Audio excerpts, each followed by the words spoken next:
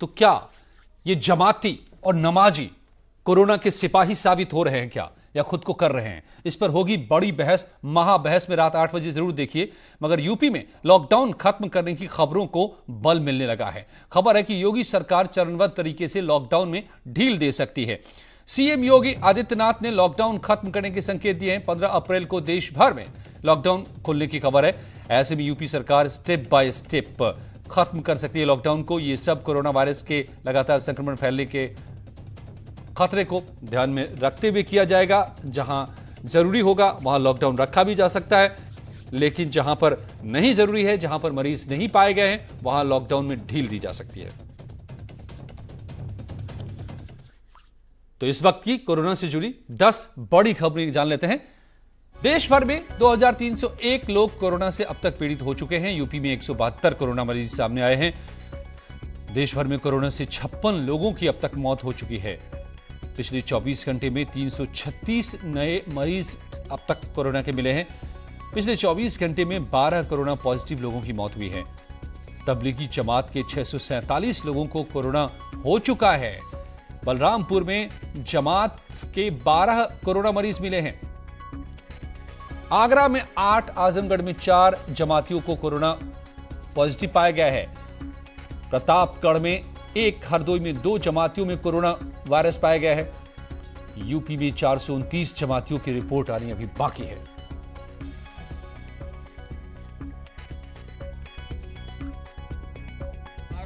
लोगों को चिन्हित करते हुए 897 लोग ऐसे हैं जिनका चिकित्सकीय परीक्षण करा दिया गया है। 16 जनपदों में 35 एफआईआर दर्ज कर दी गई है और अब तक हमारे प्रमुख सचिव स्वास्थ्य बताएंगे लगभग 47 लोग ऐसे हैं जो कोरोना पॉजिटिव पाए गए। और हमारे संवाददाता ऋषभ मणि त्रिपाठी ब्रेकिंग न्यूज दे रहे हैं इस वक्त लखनऊ से। यहां सदर बाजार इलाके को प्रशासन ने सील कर दिया है। कोरोना के 12 मरीज मिलने के बाद जो यहां की एक मस्जिद से मिले हैं, इसके बाद मस्जिद के साथ साथ पूरे इलाके को सील करना पड़ा है। ऋषभ मणि त्रिपाठी दिखा रहे ग्राउंड रिपोर्ट। इलाके कसाईबाड़ा में इसी मस्जिद में 12 कोरोना पॉजिटिव केस मिले हैं, जिसके बाद लखनऊ पुलिस प्रशासन और स्वास्थ्य विभाग ने तेजी पकड़ ली है। कैंटोनमेंट बोर्ड की गाड़ियां आ चुकी हैं। इस पूरे इलाके को सैनिटाइज किया जा रहा है। आप देख सकते हैं किस तरह से सैनिटाइज करने के लिए बाकायदा कैंट बोर्ड के जो कर्मचारी हैं उन्होंने यूनिफॉर्म पहनी हुई है, अपने आप को कवर किया हुआ है और साथ ही साथ सैनिटाइजेशन का काम शुरू कर दिया है। ये हरे रंग की जो मस्जिद सामने दिख रही है, यहीं पर 12 युवक कोरोना पॉजिटिव पाए गए हैं जो सहारनपुर के रहने वाले बताए जाते हैं और बीते कुछ दिनों से इसी इलाके में आके रह रहे थे। 2 दिन पहले उनकी ब्लड टेस्ट लिए गए थे, जिसके बाद आज उनके जैसे ही कोरोना पॉजिटिव होने की पुष्टि हो गई है। उसके बाद इस पूरे इलाके को 500 मीटर के दायरे को सील कर दिया गया है। यहाँ पर किसी के भी आने जाने पर पूरी तरह से प्रतिबंध लागू कर दिया गया है और हर घर को, हर दुकान को सैनिटाइज करने के आदेश दे दिए गए हैं। इस आदेश के बाद ही कैंटोनमेंट बोर्ड की टीम, नगर निगम की, स्वास्थ्य विभाग, पुलिस विभाग, ट्रैफिक, सबकी संयुक्त टीमें इस पूरे इलाके में कार्रवाई करती हुई दिखाई दे रही हैं। आप देख सकते हैं ये कैंट बोर्ड की टीम है जो इस पूरे इलाके को सैनिटाइज करने का काम शुरू कर चुकी है। उस मस्जिद के करीब पहुंच चुकी है जहां पर ये 12 कोरोना पॉजिटिव केस पाए गए थे। कैमरामैन उपेंद्र यादव के साथ ऋषभ मणि त्रिपाठी, न्यूज़ 18 लखनऊ। लॉकडाउन के बाद कमजोर पड़ते कोरोना को बड़ी ताकत दे दी है जमातियों ने, तो दूसरी तरफ नमाजी जगह जगह आकर पुलिस पर अटैक कर रहे हैं, नमाज पढ़ने से बाज नहीं आ रहे।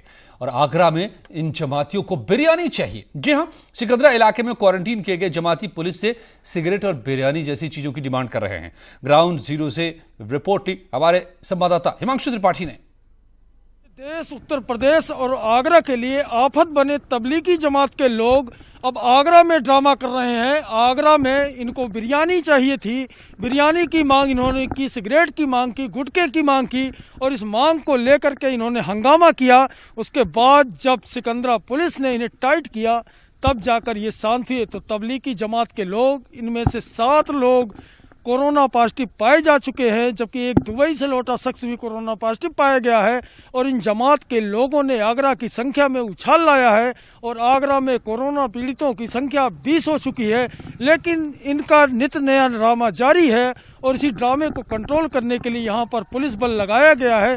तो आगरा के इन जमातियों के लिए सख्ती बरती जा रही है, चूँकि सीएम योगी का निर्देश है कि अब इन पे सख्ती बरती जाए और इनके किसी भी हंगामे को किसी भी सूरत में बर्दाश्त नहीं किया जाएगा।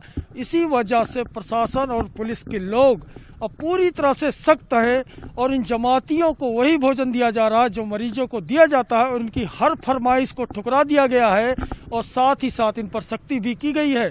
कैमरामैन बंटी के साथ हिमांशु त्रिपाठी, न्यूज 18 आगरा। और कोरोना के मरीजों की लगातार प्रदेश में बढ़ती संख्या लगातार बढ़ रही है। इसे लेकर के प्रदेश सरकार और प्रदेश की जनता चिंतित दिखाई दे रही है। आपको दो तस्वीरें हम दिखाते हैं। पहली तस्वीर प्रतापगढ़ की है, जहां पर 3 कोरोना मरीज मिलने से हड़कंप मच गया। डीएम के मुताबिक दिल्ली के निजामुद्दीन के मरकज में 11 तबलीगी जमात के लोग शामिल हुए थे, जिनमें से 3 लोगों को कोरोना पॉजिटिव पाया गया है, जबकि अन्य को जांच के लिए सैंपल भेजे गए हैं। अन्य के कानपुर में 6 कोरोना पॉजिटिव मरीज सामने आने से हड़कंप मचा। इनमें से 4 लोग जमात से जुड़े हुए हैं। सभी को हैलट अस्पताल में अब क्वारंटीन किया गया है। यानी अब जो पिछले 2 दिन से जितने भी मरीज सामने आ रहे हैं, ज्यादातर जमाती हैं। कानपुर में अपने पैर पसार लिए हैं। कानपुर में 6 और नए मामले सामने आए जिनमें पॉजिटिव रिपोर्ट आई है। हालांकि जिले के प्रशासनिक अधिकारी अब कुछ भी कहने से बचते नजर आ रहे हैं। इस वक्त मैं कानपुर के हैलट अस्पताल में के ठीक बाहर खड़ा हूं। आप देख सकते हैं एम्बुलेंस रिजर्व तौर पर खड़ी कर दी गई है और पेशेंट्स की अगर बात की जाए तो पेशेंट्स को कोविड वार्ड बना के उसमें रखा गया है, क्योंकि कुछ लोगों की अभी रिपोर्ट्स अभी और वेटिंग है। 6 इस मामले में जहां पॉजिटिव केस सामने आए, इससे हड़कंप मचा हुआ है। आसपास के जो स्टाफ नर्स है वो भी कुछ कहने से बचती नजर आ रही है, क्योंकि जिस प्रकार से अब ये एक एक करके केसेस बढ़ते जा रहे हैं, प्रशासन के चेहरे पर खास तौर पर परेशानी देखी जा सकती है। जर्नलिस्ट आशीष पांडे के साथ अमित गंजू, न्यूज 18 कानपुर। बड़ी दिक्कत की बात यह है कि पहले छिपे थे जमाती, बाद में ढूंढा गया तो अब कोऑपरेट नहीं कर रहे हैं, साथ नहीं दे रहे हैं, बल्कि अनाप शनाप और बदतमीजी तक कर रहे हैं। गाजियाबाद में ऐसे ही एक आइसोलेशन सेंटर में डॉक्टरों और नर्सों से बदतमीजी करने वाले तबलीगी जमात के जमातियों पर अब मुख्यमंत्री ने कड़ा एक्शन लिया है। सीएम योगी ने कहा है कि उन लोगों पर राष्ट्रीय सुरक्षा कानून के तहत कार्रवाई की जाएगी जिन्होंने स्वास्थ्य कर्मियों से बदसलूकी की है। उन्होंने कहा कि नर्सों से बदसलूकी जघन्य अपराध है।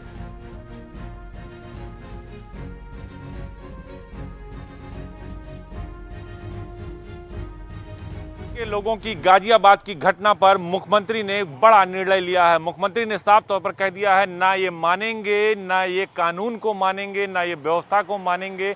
ये जघन्य अपराध करते हैं, इसलिए इनके खिलाफ सख्त कार्रवाई की जाएगी। मुख्यमंत्री ने कहा है कि इनके खिलाफ मैं एनएसए लगा रहा हूं, यानी इन सभी लोगों के खिलाफ एनएसए लगाया जाएगा और बड़ी कार्रवाई की जाएगी। साथ ही मुख्यमंत्री ने यह भी फैसला लिया है कि तबलीगी जमात के लोग पूरे यूपी में जहां जहां अस्पतालों में भर्ती हैं, वहां पर कोई महिला पुलिसकर्मी या महिला स्वास्थ्य कर्मी नहीं तैनात होगी। वहां सिर्फ पुरुष कर्मचारी तैनात होंगे, वो चाहे पुलिसकर्मी हो चाहे स्वास्थ्यकर्मी हो। और एक बात उन्होंने 2 टूक कह दी है, ना ये कानून मानेंगे, ना ये व्यवस्था मानेंगे, ये मानवता के दुश्मन है। इन्होंने जघन्य अपराध किया है, लिहाजा सरकार इनके खिलाफ एनएसए की कार्रवाई करेगी। ऐसे में साफ है कि सीएम ने साफ रुख अपना दिया है कि अगर कानून तोड़ोगे तो रासुका के तहत कार्रवाई होगी, वो चाहे जो हो। पूरे यूपी में उन्होंने सभी जिलाधिकारियों और कप्तानों को साफ तौर पर कह दिया है कि तबलीगी समाज के लोग जहां जहां भर्ती हैं उन पर कड़ी नजर रखें। कोई कानून तोड़े तो सीधे एनएसए की कार्रवाई की जाए। ऐसे में अब साफ है कि इनकी मुश्किलें बढ़ने वाली हैं। जो अस्पतालों में सेवा कर रहे हैं, हमारे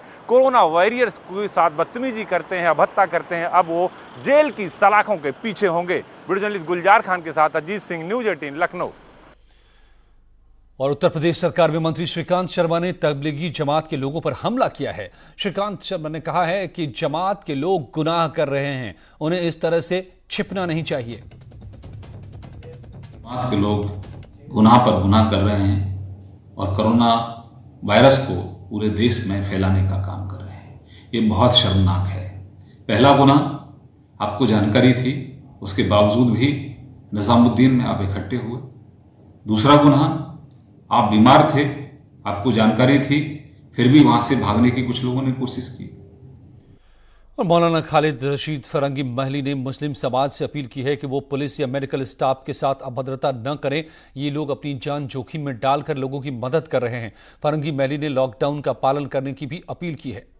My appeal to all the people is that whatever cooperation our Honorable Prime Minister has appealed for, we all as an Indian citizen should together give all cooperation to the government and the administration, so that we all together can fight successfully against coronavirus. And today again my appeal to all the people is that we should respect the policemen, the doctors, the paramedical staff, and all the people who are on the streets to ensure that we at our houses are safe from this virus. तो फरंगी महली जो अंग्रेजी में कह रहे थे, लबो लुबाब ये है कि जो भी कॉपरेशन की जरूरत है करिए, पुलिस के साथ, डॉक्टर के साथ। प्रधानमंत्री ने जो आपसे कहा है, अपील की है, उसको मानिए, लॉकडाउन में रहिए और तभी कोरोना से हम लड़ सकते हैं। और जुमे की नमाज के दिन मस्जिदों में अच्छी खासी भीड़ देखने को मिलती है, लेकिन कोरोना वायरस के संक्रमण को देखते हुए प्रदेश के लोगों ने पूरी तरह से प्रशासन का साथ दिया, कोरोना वायरस को मात देने की मदद की इसमें। और इसकी 3 तस्वीरें भी आपके सामने हैं। बहराइच, बुलंदशहर और सहारनपुर की तीनों जिलों में न्यूज़ 18 ने रियलिटी चेक किया तो पाया कि चारों तरफ सन्नाटा पसरा हुआ था। बहराइच में जुमे की नमाज को देखते हुए पुलिस प्रशासन भी सतर्क दिखी। शहर और चौराहों पर पुलिस फोर्स को तैनात किया गया। साथ ही मस्जिदों में ताला लटका दिया गया ताकि लोग एक जगह पर इकट्ठे होकर नज़ारा पेश कर सकें। और बुलंदशहर में भी ऐसा ही दिखा, मस्जिदों में भी ताले लटके दिखे। प्रशासन मार्च निकाल कर लोगों को घरों में रहने की प्रशासन ने अपील की। सहारनपुर में लोग अपने अपने घरों में नमाज पढ़ते दिखे। दारुल उलूम देवबंद ने लोगों से घरों में ही नमाज पढ़ने की अपील की है और इसका असर भी होता दिखा। लेकिन पुलिस की मुस्तैदी हर जगह पर नजर आई। पुलिस ने लोगों पर नजर रखने के लिए ड्रोन कैमरों का भी इस्तेमाल किया ताकि कोई बाहर निकलकर नमाज इकट्ठे होकर ना पढ़ सके। और कन्नौज से खबर है, जहां पर एक ही घर में नमाज पढ़कर निकल रही भीड़ ने पुलिस टीम पर हमला कर दिया। हमले में LIU सिपाही सहित 2 पुलिसकर्मी गंभीर रूप से घायल हो गए हैं। दरअसल लॉकडाउन के उल्लंघन की सूचना पर पहुंची पुलिस नमाजियों का वीडियो बना रही थी। इसी दौरान भीड़ आक्रोशित हो गई और हमला कर दिया। भीड़ ने LIU सिपाही की बाइक को भी बुरी तरह से तोड़ डाला। इस मामले में SP का कहना है कि कुछ लोगों को गिरफ्तार कर लिया गया है और बाकी लोगों पर भी कार्रवाई की जाएगी।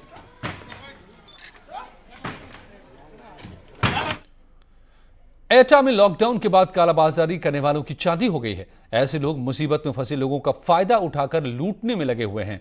इसकी लगातार शिकायत प्रशासन को मिल रही है, जिसके बाद DM और SSP ने मिलकर 45 दुकानों का निरीक्षण किया और 8 दुकानों में राशन देने में चोरी करने का मामला सामने आया और इसके बाद प्रशासन ने FIR दर्ज करवाई है। मुजफ्फरनगर में लोग लॉकडाउन का पालन नहीं कर रहे हैं। उन लोगों को मुजफ्फरनगर जो लोग ऐसा नहीं कर रहे हैं, उन SSP का एक संदेश के जरिए बता रहे हैं कि अब उनके घर पर FIR की होम डिलीवरी होगी। इस गली में जितने भी लोग हैं सभी लोग ध्यान दें। 8 दिन हो गए हमें आप लोगों को प्यार से समझाते हुए, बताते हुए कि ये लॉकडाउन आप लोगों की सेहत के लिए है, पूरे देश में लगा हुआ है, अपने घरों में रहिए। लेकिन आप नहीं मान रहे। आप गली में घूमेंगे, पुलिस आएगी, फिर अपने घर में घुस जाओगे, फिर बाहर आ जाओगे। जैसे हम कोई आपकी जान के दुश्मन है। भाई हम क्यों घूम रहे हैं 24 घंटे? इसीलिए घूम रहे हैं ना कि पूरे विश्व में कोरोना की समस्या है, हजारों लोग पूरे दुनिया में मर चुके हैं। तब भी आपको बता रहे, ना आप खुद मानोगे, अपने साथ लेके और भी घूमोगे साथ में दोस्त अपने। तो आज से मुजफ्फरनगर पुलिस आपके घर पे आपके FIR की होम डिलीवरी करेगी।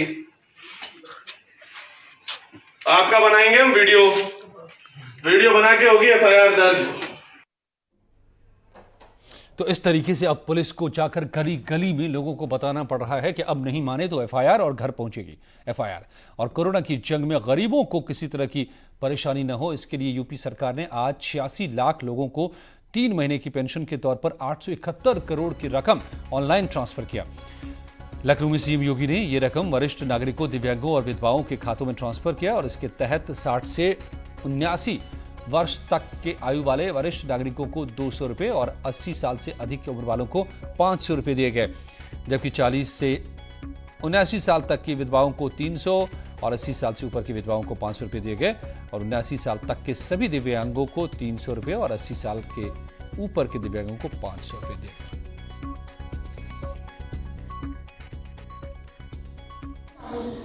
सलोनी साहू, आपको पेंशन मिलती है? जी सर, टाइम से पहले मिल रही है। आज आपको हम लोग एक साथ 2 महीने का पेंशन एक साथ आपके अकाउंट में भेज रहे हैं। Thank you so much sir, I am so thankful to you.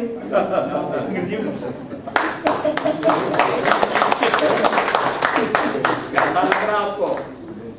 Sir बहुत अच्छा। अच्छा लग रहा है आपको? और क्या, और तो आवश्यकता नहीं है? जी सर, मैं सीए कर रही थी तो मुझे थोड़ा सा प्रॉब्लम हो रहा था। अब पेंशन की वजह से मेरी एग्जाम फीस मैं भर सकती हूँ। हाँ ठीक है ठीक है। कितना पैसे की आवश्यकता है? सर मेरी क्या कहते हैं, मैं 2500 मेरी एग्जामिनेशन फीस होती है। ठीक है, आप एक काम करिए, अपने दुकान वहाँ पे दिव्यांग जन कल्याण अधिकारी है,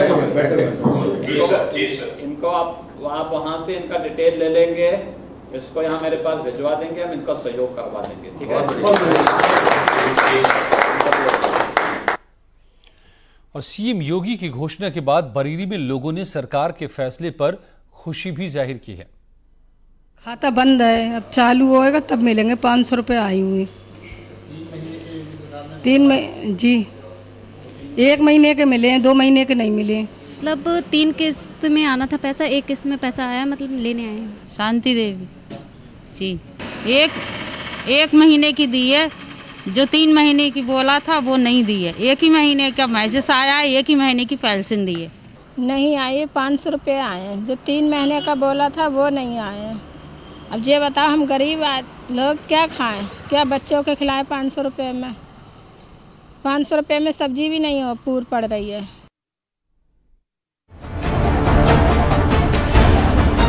रात 9 बजे मैं आप सबके 9 मिनट चाहता हूं।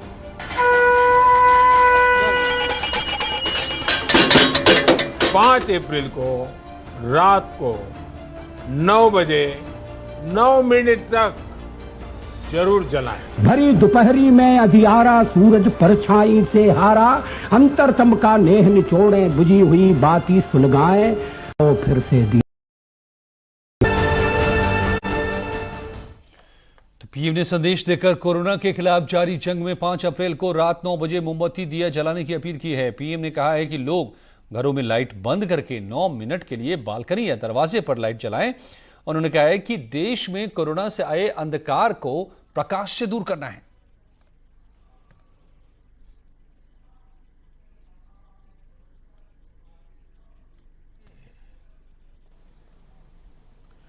पांच अप्रैल रविवार को रात 9 बजे मैं आप सबके 9 मिनट चाहता हूं। ध्यान से सुनिएगा। 5 अप्रैल को रविवार को रात 9 बजे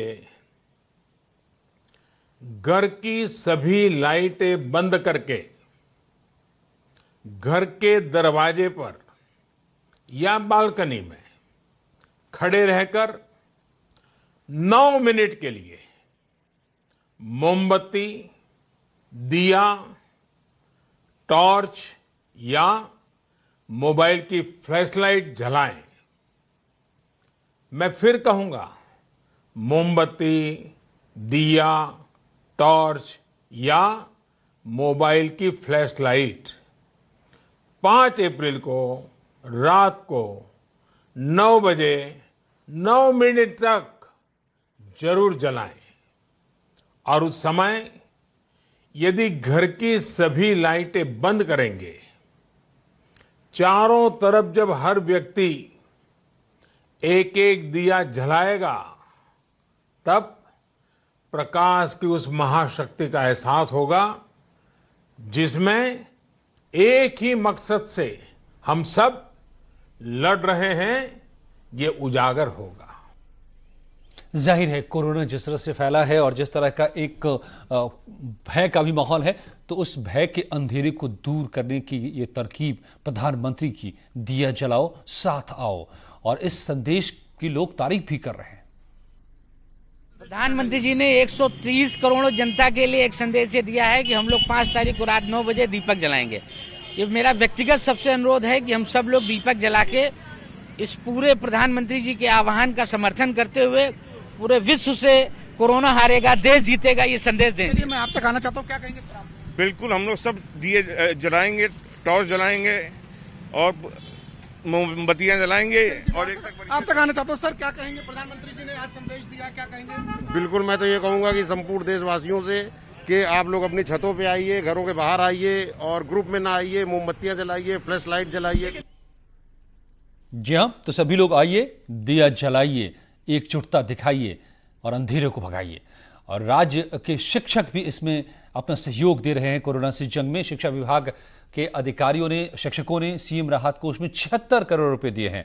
बेसिक शिक्षा मंत्री सतीश चंद्र द्विवेदी ने लखनऊ में सीएम योगी को 76 करोड़ 14,55,000 का चेक सौंपा।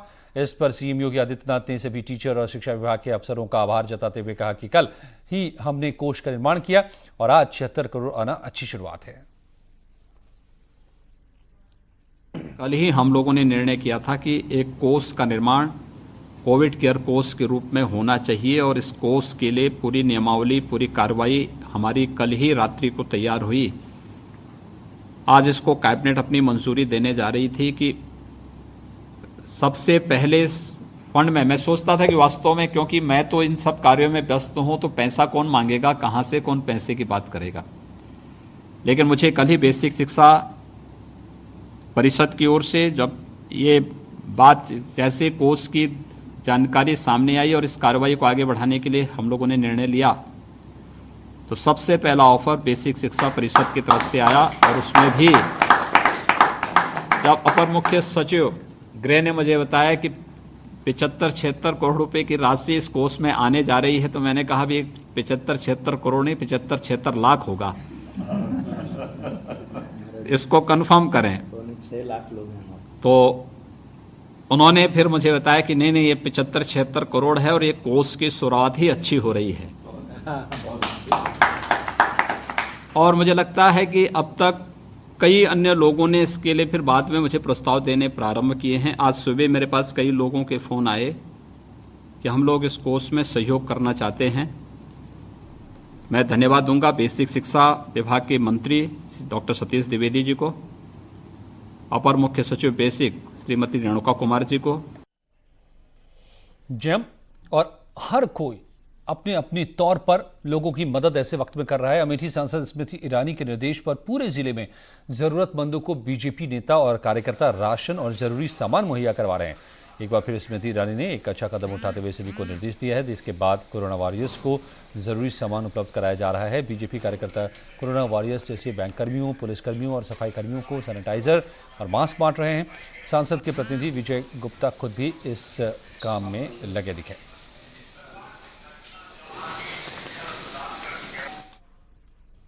तो कोरोना की वजह से देश भर में लागू लॉकडाउन की वजह से दूसरे प्रदेशों में फंसे यूपी के लोगों की मदद के लिए हाथ आगे बढ़े हैं। गाजीपुर के सैदपुर से एसपी विधायक सुभाष पासी ने मुंबई में फंसे यूपी के लोगों की मदद की है। उन्होंने हेल्पलाइन नंबर जारी किया है। इसके जरिए मुसीबत में फंसे लोग मदद की गुहार लगा सकते हैं। ऐसी मदद मुंबई में लोगों को 24 घंटे मिलेगी।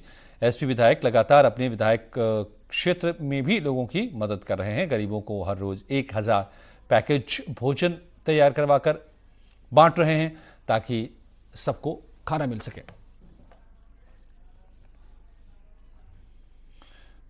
और चलते चलते आपको छोड़ जाते हैं मऊ पुलिस के इस राष्ट्रवादी गीत के साथ। Stay home stay healthy. करम अपना करेंगे, हर करम अपना